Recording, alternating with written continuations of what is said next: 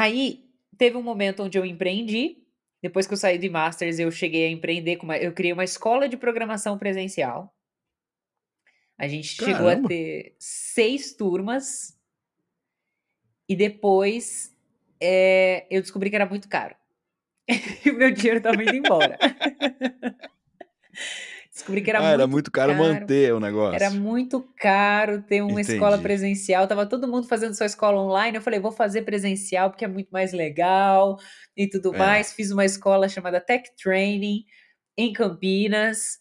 A gente teve alguns cursos avançados e alguns cursos introdutórios, a gente teve um curso de, lógica de programação com Python, a gente teve um curso de Deep Learning avançado, Machine Learning avançado, enfim. Experiência super legal, só que estava muito caro aquele negócio, eu estava ficando sem budget. Aquilo que eu tinha guardado estava indo pelo ralo, né.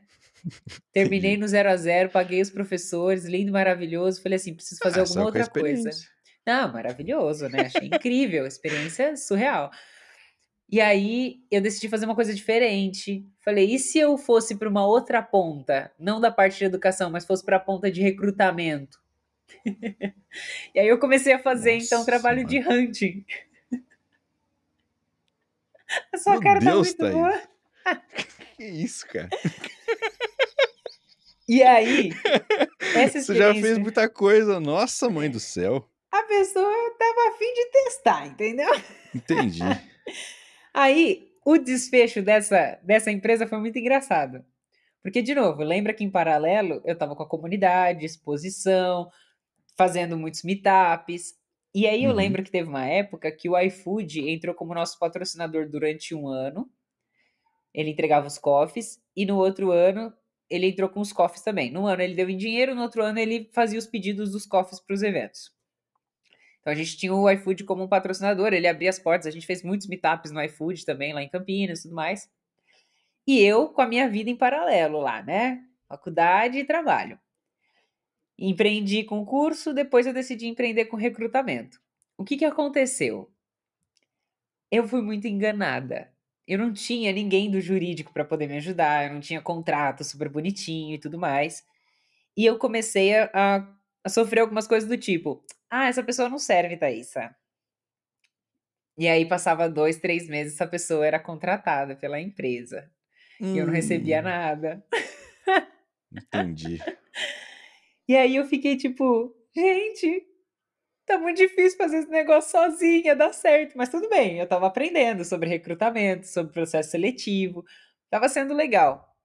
E aí O alguns mundo é mau, eu estava né? descobrindo isso, olha só, a ingênua, inocente da Thaísa descobrindo que o mundo Puta tem vida. essas coisas. Só que algumas coisas estavam dando certo, e as pessoas estavam sabendo a respeito desse trabalho que eu estava fazendo, e aí chegou um momento onde, obviamente que a empresa era outra, num outro momento, o iFood era muito menor, o iFood era nosso patrocinador, e eles então, a Luciana Inumaro, uma pessoa maravilhosa, me chamou para conversar lá no escritório e falou assim: "Thaís, a gente queria que você viesse trabalhar no RH do iFood". Putz, olha só, mano. E aí eu Caraca. fiz uma proposta financeira, eles aceitaram, eu fechei a minha empresa, bonitinho, assim, não fechar CNPJ, mas assim, parei a operação, né, e fui trabalhar no RH do iFood como a dev dentro do RH. Sua cara tá muito boa. Pô, sua carreira é muito inusitada, cara. Nossa, mãe. Mas, pô, um negócio é legal, assim, tudo que você faz, você se dá bem pra caramba, você faz tão bem que, pô, você é convidada pra fazer aquilo. Aí, então assim, não é qualquer uma também, ué. Ah, Legal, olha, pô. eu posso dizer que assim, por mais que eu estava tentando me encontrar, né, tipo: "Thaís, o que que você realmente gosta e tudo mais", tanto que eu falo que a minha jornada é uma jornada de protagonismo e de Sim. autoconhecimento, né, tipo, nada linear, assim. Mas, tudo que eu fazia, eu sempre fui muito empolgada, sabe, eu sempre fui muito assim, eu amo trabalhar, sabe aquela pessoa que, tipo, na hora a pessoa chega segunda-feira de manhã, a pessoa tá feliz, tá animada, porque eu sempre Quer gostei muito realizar de as coisas. tudo que eu estava fazendo. Estava programando, estava gostando, estava organizando evento, estava amando aquilo lá, sabe. Eu sempre fiz coisas pelas quais eu era completamente apaixonada pelo resultado. Eu sou uma pessoa muito movida a resultado.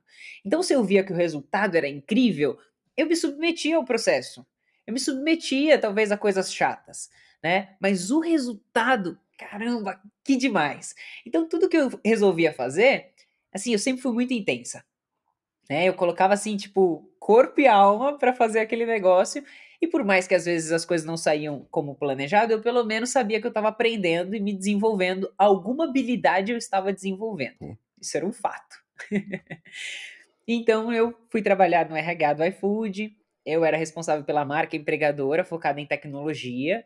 Eu lembro que eu organizei um evento lá chamado, eu chamei esse evento de iFood Backstage, que era um evento de chegada do iFood em São Carlos. Então tinha, se não me engano, chama o Novo Lab, e a Móvel estava abrindo um espaço lá para todas as empresas do grupo Móvel. Uma delas era o iFood, e aí eu resolvi organizar esse evento para mostrar os bastidores de um pedido do iFood.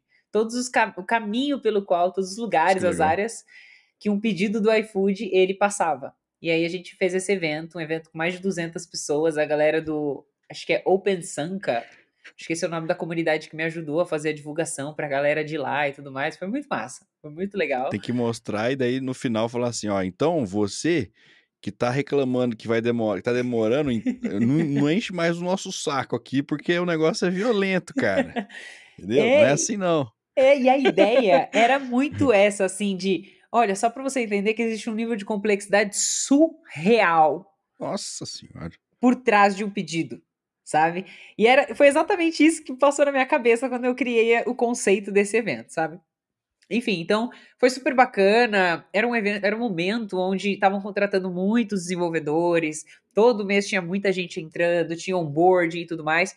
Então, ali eu aprendi muito sobre RH, sobre o que eles chamam de employee experience, sobre a parte de people analytics, foi algo que eu aprendi muito nessa época. Então foi muito legal. Employer branding era um termo que no Brasil não era quase nem falado nessa época. Sabe, nos Estados Unidos fazia uns 10 anos que se falavam, e no Brasil, assim, quase não se falavam. Eu lembro que eu comecei a fazer parte de um grupo de Employer Branding Brasil, fiz os cursos deles todos para poder aprender. Tinha uma área chamada Candidate Experience, que é a experiência do candidato durante todo o processo seletivo. Então, assim, pensa numa pessoa Pô. aleatória. A empresa ter, sabe, a preocupação com isso é muito legal, cara, porque a gente Muito. viveu assim a vida inteira falando assim, pô, RH é o lugar pra você fugir dele. Não vai Uhum. lá, porque se você for lá, de repente, você vai assinar a sua carteira e vai dizer, mandar embora. Você só vai lá pra pegar a Uhum. sua carteira e sair. Não, Exato. não pode ser isso, né, cara? Pô, legal. Exatamente. Então, assim, eu Legal. comecei a me preocupar com esses aspectos todos, sabe? Da área Aham. do colaborador. Então, para mim, foi bem bacana. Mas, ao mesmo tempo, meu objetivo não era ficar trabalhando no RH, sabe? Isso eu também tinha clareza. Pô, é legal, né? Se eu quiser empreender um dia, olha só, né?